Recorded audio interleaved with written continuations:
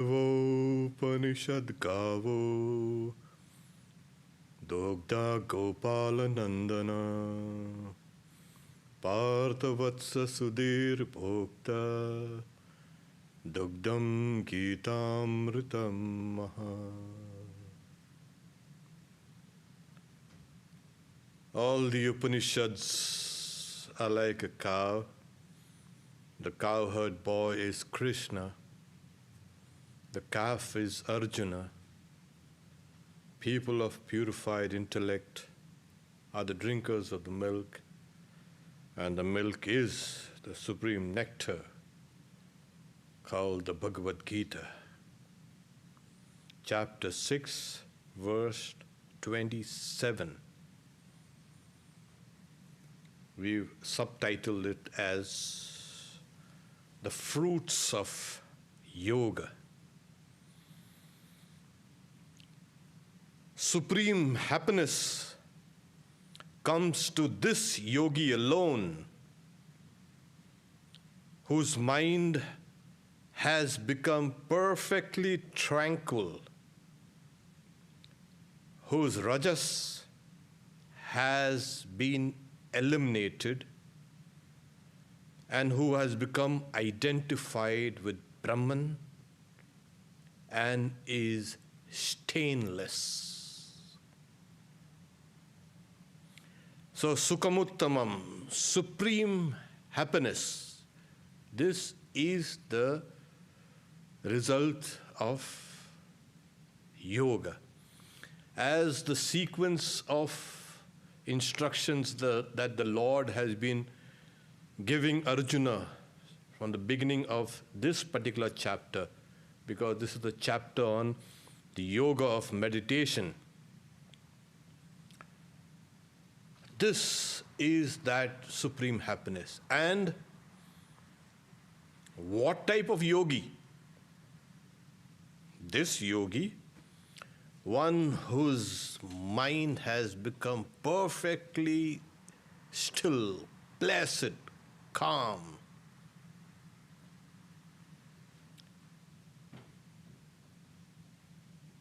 What makes the mind restless? As we have seen, there are first the impressions in the mind. Some of these impressions, most of these impressions are expanded. And then we have the very structure of the mind, which is made of the three gunas, sattva, rajas, tamas. And in the mind where rajas predominates, it is passion, restlessness, anxiety, stress, and the results of all that is the outcome of this constant turbulence in the mind. So this yogi is become free from the rajas aspect of the mind. The rajas aspect of the mind as well as of nature, of course. So the mind has not only become sattvic, luminous, but also it has become stainless, pure, transparent, where all the dirt has been eliminated. They say, whose rajas, the quality of rajas has been eliminated and who has become stainless, taintless. Kalmasha. Kalmasha is stain, sin. One who is also sinless. So what happens is, Brahma Bhuta, that yogi's stainless mind, which is free from rajas, restlessness, and which implies also tamas, sloth, sleep, laziness, all that, comes in touch with Brahman.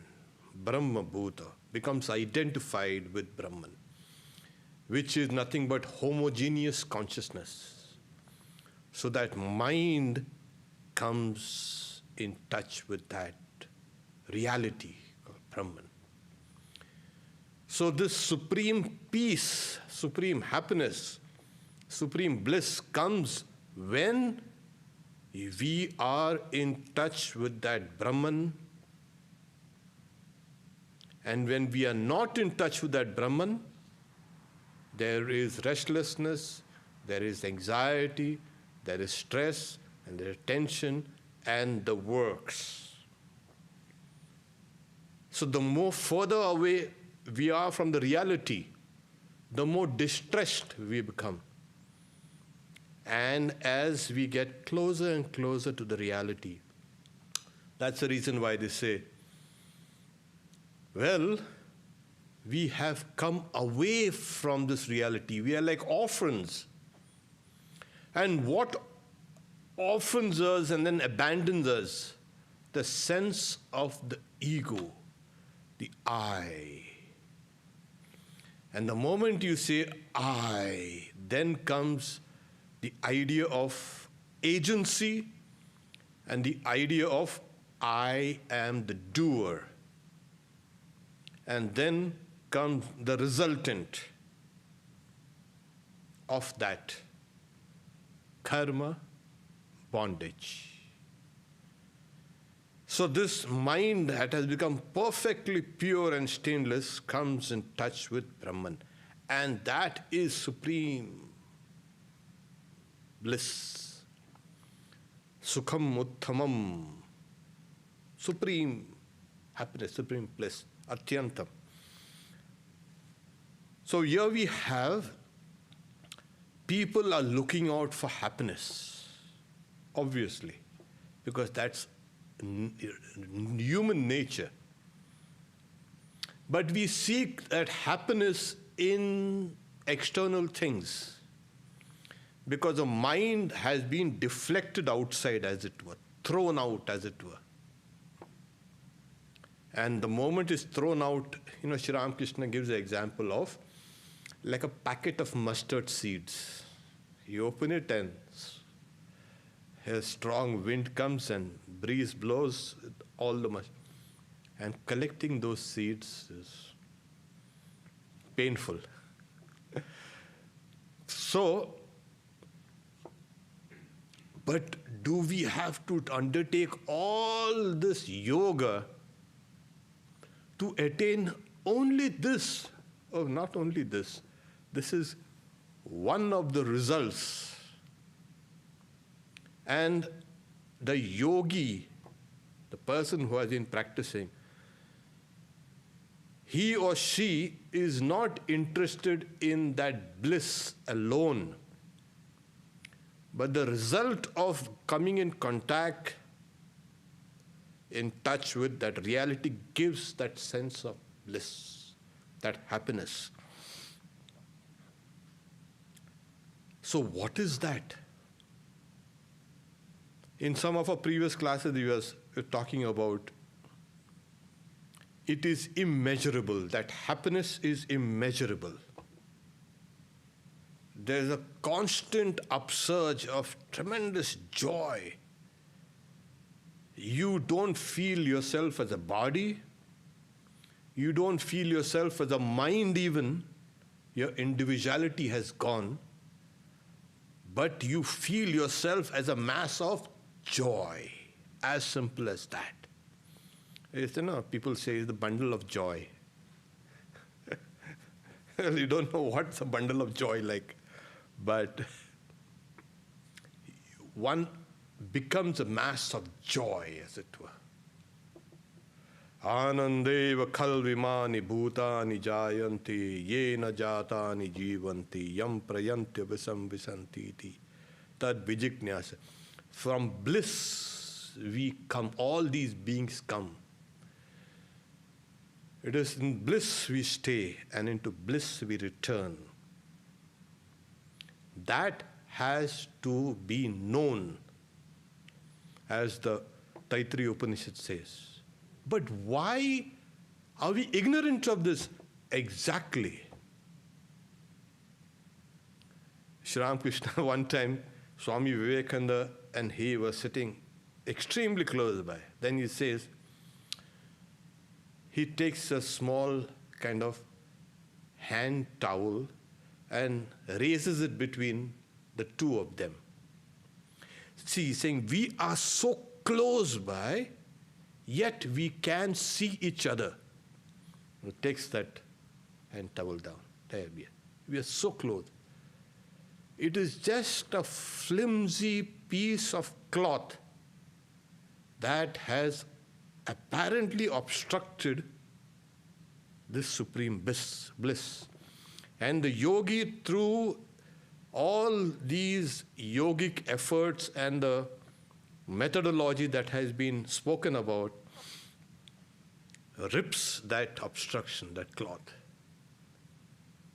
And that person becomes Brahma Bhuta, comes in touch with Brahman. What is the Brahman? That which is the greatest, that which is the, you can say, infinite. Yes, that which is the Brihat Brihi, that which is all-pervading, that which cannot be described. It is anirvachaniya, which is indescribable. It cannot be articulated. It cannot be put in any concepts of words or even concepts of thoughts. But you can experience it. So when the mind is extremely taintless, free from all rajas and all the other impressions, obstructing impressions. Some of these impressions are the expanded ones. And those who are overpowered, those who are attenuated, those who are dormant, the impressions. All they are held back by the power of the practice of yoga itself. And the mind attains that kind of stainlessness. And where does it go? It wants to go back to its source. And that's why the Upanishads also says, it has to be known through the mind alone. Manasa eva idam aptavyam. It has to be attained through the mind alone. So this mind attains this. And how does it appear? It's like a flame which actually cannot reveal the sun. The flame itself is a derivative of that sun, that sunlight. So that flame which cannot reveal that sun, but is overpowered by that sun, the light of the sun. This is actually the illustration given of a mind that is in contact with the Brahman. We are not talking about the sun, we are not talking about a flame, we are talking about the light. That lamp light is completely suffused by the sunlight. It's all light and light and light everywhere. Or you could say it's joy and joy and joy and joy. So people ask, how does the mind get in touch with that Brahman, that reality? This is the way. And this thing has been spoken of as Nirvana. Now, what do you say, Nirvana? It's the extinguishing of relative existence, like a lamp that is blown out. And this has been preached as a central doctrine of Buddhism. The central doctrine of Vedanta, however, is completely being in touch with that Brahman, getting extinguished in Brahman. It is Brahma Nirvana. It is not simply Nirvana. Well, your individual existence goes away. It's extinguished, blown away. Then what? Well, that cannot be described here. We can describe it as supreme bliss or supreme joy. This is what happens. The sunlight overpowers the light of the lamp completely. So the light of the lamp merges into the light of the sun, as it were. So that light lamp merges in the ocean of light. This is what actually happens. So that's an experience of supreme bliss. So supreme happiness comes to this yogi alone. Yoginam hi enam, this very, whose mind has become perfectly tranquil, prashanta manasam, whose quality of rajas has been eliminated, shanta rajasam. That person who attains that upayati, what? The contact with Brahman. There, Brahma Bhutam. And that yogi is taintless or stainless. So this is what happens. This is the fruit of the yoga. It's only that? What's that? Yeah, there are plenty of things. But the next one is an elaboration of this very experience. 28. Yunjanevam sadatmanam yogi vigata kalmashaha sukena brahma samsparsham atyantam sukham ashnute. Ashnute, that yogi attains what? Atyantam sukham, supreme, absolute happiness, absolute bliss. Wonderful. Sukhena, easily. The yogi whose vigata kalmasha, as we have said, whose stains, whose mind, whose sins have become completely eradicated.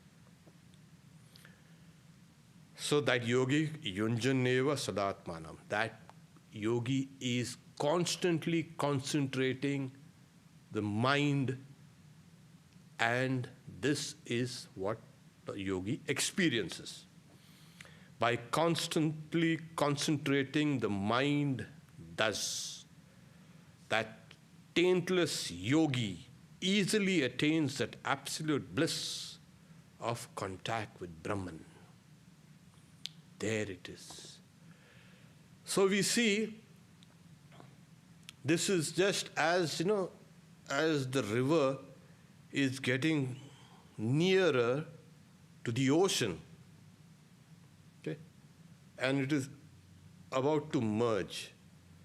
The river has been running down for thousands of years with its own identity, and suddenly it's going to lose its identity. It understands it, and it willingly gives it up. Before it completely merges, it knows itself as that old river. I was the river, but actually I was that ocean. I arose from that ocean, and I have now merged in this ocean. So this is what happens, constantly concentrating. You see, what happens is, we see the river. It's an object there. We can see the river flowing. And so many songs have been written and so many beautiful things. They don't see that another unseen river that is in the form of water vapor that has come from the ocean, gone to the mountains, come down as rain, and is flowing down the river. So the river itself is the ocean in another form. So the river, what will happen to me? Yeah, you banked on many things. You've got 2 banks now. I'm going to lose everything here. No, you're going to just lose your banks, don't worry. You're just going to now be there. So this is so constantly concentrating the mind, thus the taintless yogi easily attains that absolute bliss of contact with Brahman. Brahma samsparsham. There it was Brahma Bhuta, becoming Brahman. Brahma comes in touch with that. So what is that touch with it? We have explained this. So what has been kind of, as you say, obstructing this stupid river from merging into this? As we have seen, we are drawing out the water for hundreds of things, and the river has run dry. Half the rivers in the world are dying because we are mismanaging the rivers. Obviously. So we have that great bliss, and that river, which is also one form of bliss, conditioned bliss, is now pouring itself and losing itself into that great river, great ocean. So this is so constantly, why should the yogi constantly concentrate? Oh, it has become natural.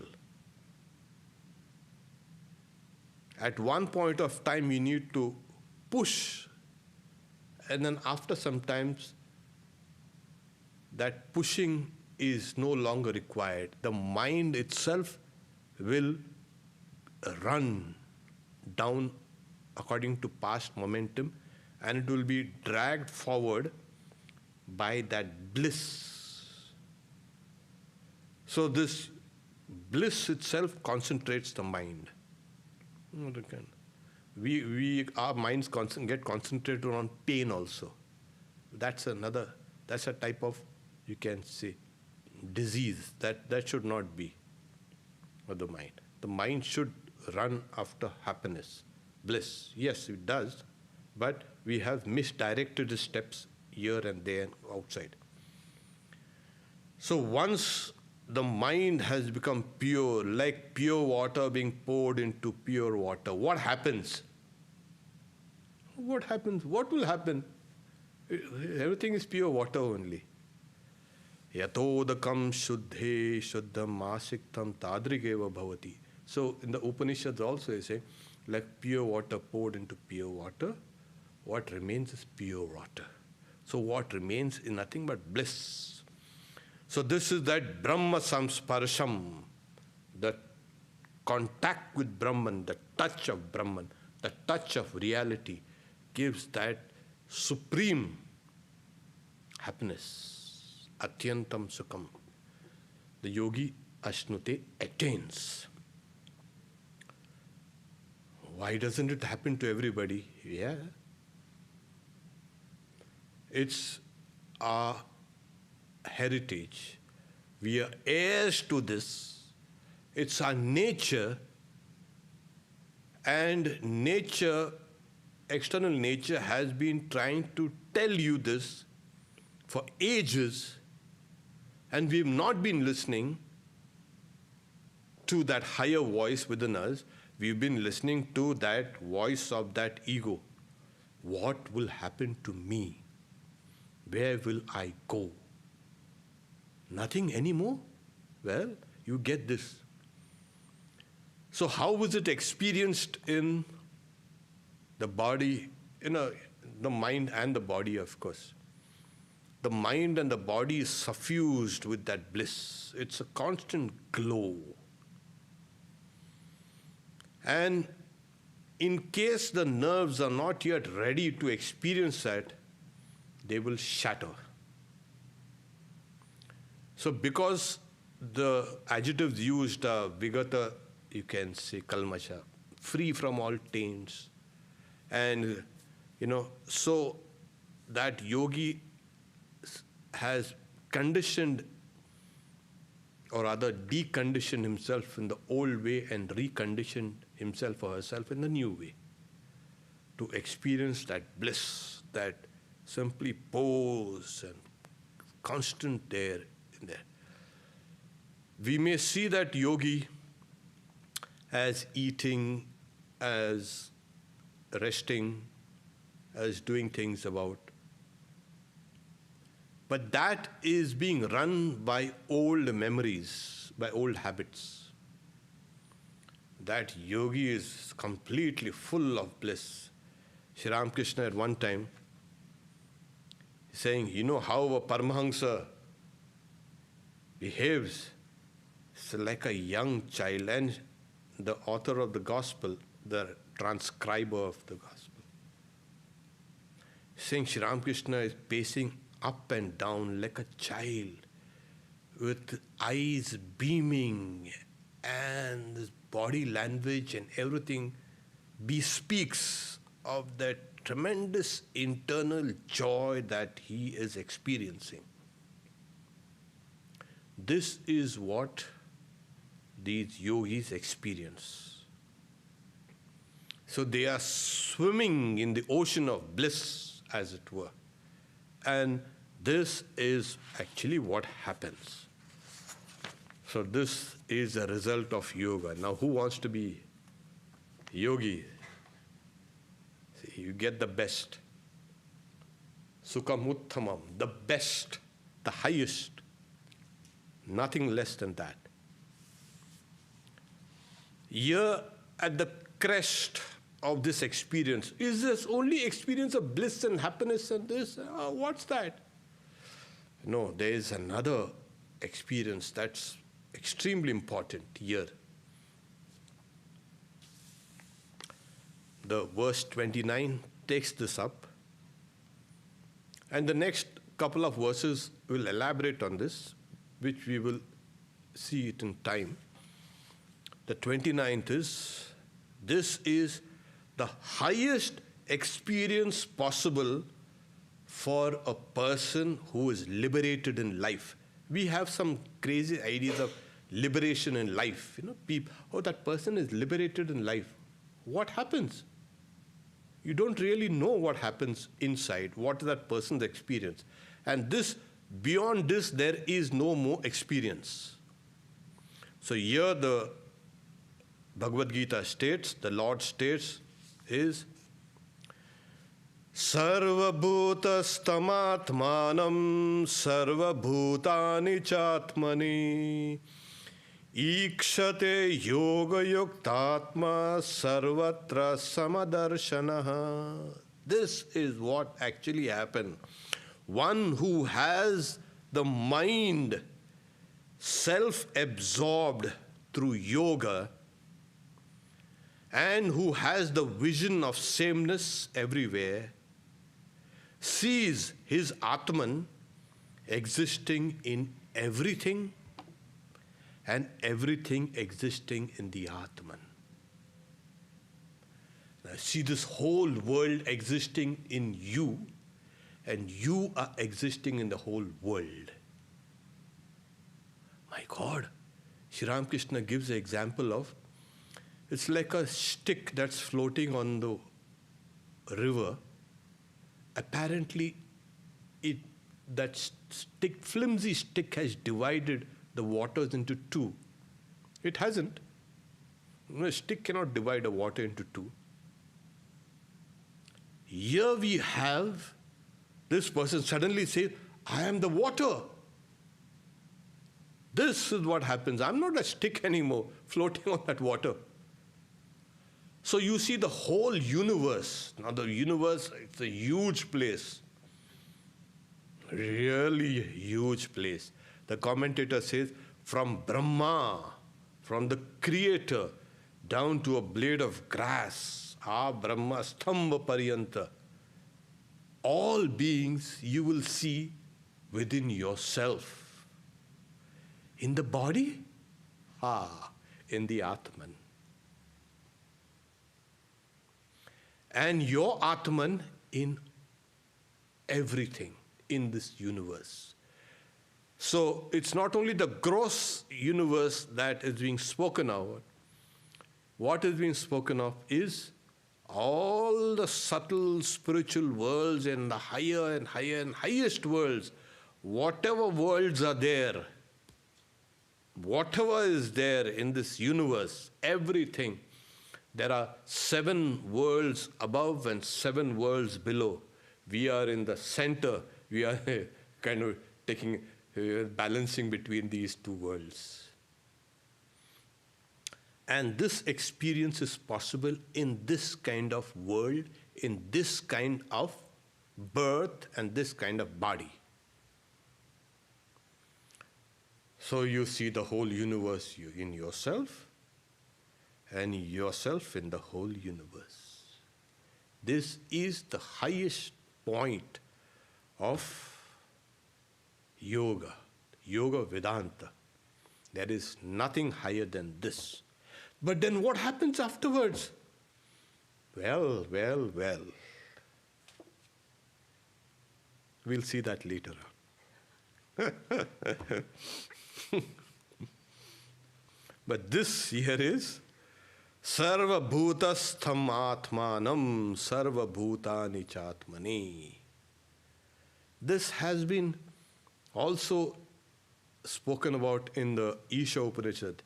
Yastu sarvani bhutani atmanneva anupashyati sarva bhutani chatmanam tato na vijugupsati. Sarva bhuteshu chatman. So, one who sees oneself in all beings and all beings within oneself. This is, you will not get this concept, this experience anywhere, in any place, in any philosophy, in any doctrine, nowhere. This is the very crest of the Vedantic experience. Imagine those people who first experienced it and taught this as a tradition to a long line of disciples, and with this tradition it has been going for thousands and thousands and thousands of years. This is the knowledge of Brahman. So, ikshate, one who sees, ikshana is to see, to experience. This was also one of the Vivekananda's favorite verses. Ikshate yoga yuktatma sarvatra. He says, I don't believe in this false humility. I believe in samadarshana, same-sightedness. And as we have seen in the previous chapter, suni chaiva swapakecha pandita samadarshana. Pandita, one who has a knowledge of the Atman, is a pandita. The dog, the eater of a dog, the elephant, etc. Suni chaiva swapak. They see that same Brahman. Samam Brahma. So that's why Tasmat Brahmaniti, that's why they are established in Brahman. They see that same Brahman everywhere. From the lowest being to the highest gods, goddesses and everything, they will see that same Brahman and they become same-sightedness. Same-sighted. The quality of same. So why? Because everything is that same Brahman. This is true equality. People are now running after equity and equality and this and that. You can get it's there. True equity, true equality is there on the spiritual plane. So India has solved that problem of equity and equality, etc., etc., etc., ages ago on the spiritual plane. And on the plane of yoga, they also solve the problem. That the yogi sees everything as same. That yogi is not going to make any differences, anything, anyway. So this yoga yuktatma, one who is this yogi who is absorbed in yoga, one who has his mind, atma, mind, absorbed through yoga, experiences, ikshate, sees every being in himself, and all beings are there in him, and he is in all beings. Samadarshana. So the it might, kind of seems so simple, but this has profound implications for the whole world of spirituality. All that pseudo-spirituality and this energy is there, and I don't feel that energy now, and this, what are you talking about? This negative energy I don't like there, and positive energy, and do this and do that, and do this kind of jumping about, and do the levitation and breathing, and blow your nose, and you... All these things seem so silly. But they who understand the core message of Vedanta will see everything as, what was I doing? I have to make efforts in the right direction. How? Get absorbed in yoga. Not this silly New Ageism doctrines and pseudo-philosophies. All these are authentic experiences of those who are liberated in life. So that's why it's saying, Sarva bhutastamatmanam. Can you imagine? Everybody is in me. And I am not in the body, of course.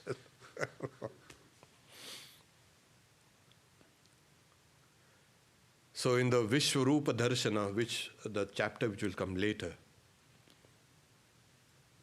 he's saying, I want to see your divine form. Arjuna tells him, you can't see me with these eyes. I'm giving you the gift of divine eyes. And then Arjuna sees in his body, in the body of the Lord, there on the battlefield, the whole of creation. And he couldn't stand at sight. He was seized with fear. Saying, no, withdraw that vision. I want to see your form, that Somya, that form that of a human being. So it has been described elaborately there when we come down to the vision of the cosmic form of God. This is exactly what a person sees. Everything. So here we are. This is an experience. Ikshate, one who sees not through these eyes. Because these eyes are looking at external things, objects.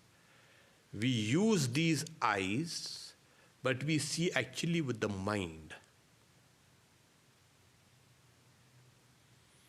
And actually we don't see it really with the mind. It also becomes an instrument. We see it with our intelligence. And actually we don't see it with our intelligence.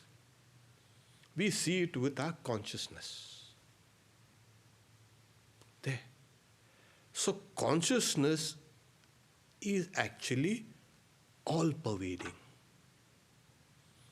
It's not just my consciousness. This is my consciousness. I'm not going to give it to you.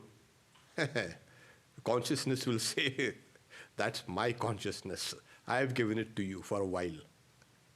So when you go to sleep, what happens to you? big, make a big thing out of your consciousness, and the brain is working when you sleep, but you are not conscious. So what happened to that great? Suppose you are stunned by a blow, and you swoon, and your body and everything is working, you have fainted, you have lost consciousness. Can you lose consciousness? Those people who are trying to search consciousness in the brain and in the body, they have that's a difficult problem they have. They say that there are two sides to the problem: the hard problem and the soft problem. David Chalmers, one of those scientists, neurologists, the hard problem and soft problem. Yeah, soft problem is easy. Hard problem is you don't know what's. This is the real solution to the hard and the soft problems of consciousness. Ikshate, the person sees through his own consciousness what? Everything in consciousness and his consciousness everywhere. This, I think, is clear. So is. And now, people are, there are great thinkers, perceptive thinkers today, who are speaking about this consciousness as all-pervading. So long we are thinking only human beings are conscious. The other things are not so conscious. They are not. We only try to superimpose our consciousness on them. If we are hungry, the animal also is hungry. Really? Oh no, the whale can survive without you perceiving it or even you existing it. And those whales were there before us, humans. And we did try to kind of make them extinct through that huge whaling, you can say. Missions are. Whales are very ancient, more ancient. They were there. So you think that they are not conscious? But they were there. All beings are like that. There's consciousness everywhere. In everything. There was a Swami who later became the president of the order, Swami Vishuddhananda. One day, otherwise you might think just a kind of a theory, just. And the great incarnations, yeah, they can get. And the lesser incarnations, they also can get this kind. What about ordinary yogis? Yes. And that's why I'll wrap this up with Swami Vishuddhananda. He was a young boy, and they had a Kali temple. And one day he was meditating in that temple of Kali. And his meditation became deeper and deeper and deeper. And suddenly then opened his eyes. And opened his eyes and seen everything as consciousness. And he gives an illustration of, like after a heavy rainfall, in India, it pours and pours and pours and pours and pours. Everything is wet. The ground, the trees, the houses, everything is dripping, He's saying, I've seen everything as soaked with consciousness, and like the leaves drip water, I was seeing consciousness soaking and dripping everything. So here you have Ikshate, he sees. What? He was meditating. Yoga Yuktatma. And what does he see? He sees everything as consciousness. So it's not just one instance. There are many instances. I just gave you. It just came to my kind of consciousness that and I not only read about it, I also used to interact with that Swami who was his personal attendant for many years. So there you, we stop here. As you know, this is the fruit of practicing yoga. Then the next few verses will speak about the fruit of this idea of oneness. Now you had the fruit of the yoga, now you have the fruit of this experience. What's going to happen? So wait till next Thursday. Om Shanti Shanti Shanti Harihi Om Tat Sat Shri Ram Krishna Arpanamastu.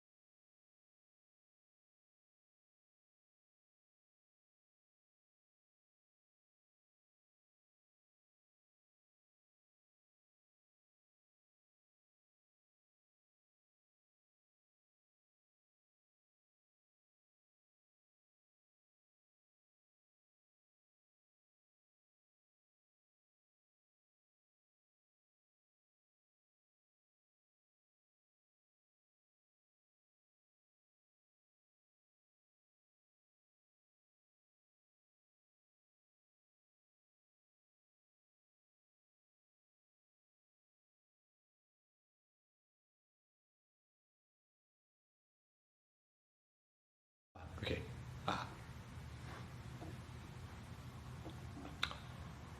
If the yogi practices either Sufism or Christianity or any other doctrines, some of the traditional, you can say, Sufis, the lives of Sufis that we have seen, take for instance, we have these Sufis who said, Anal Haq, I am that. Okay? They had experienced that highest bliss. So they, as it were, transcend the limits of Sufism, Christianity, Buddhism, Hinduism. There is no, you can say, doctrines there. You have far transcended.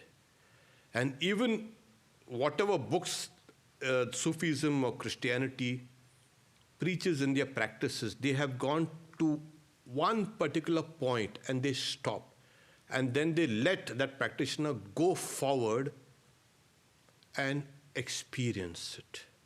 Experience something more, which is beyond the books and beyond any kind of human knowledge. Yes, if the yogi does not stop at the doctrinal level of practice, that yogi in any tradition can move forward and attain to this state. And in that, they're like I said, even they are not either Sufis or Christians or Buddhists or Hindus and all that. There is nothing, all that. All that stupidity is here on this side. There, it's plain. Om Shanti Shanti Shanti.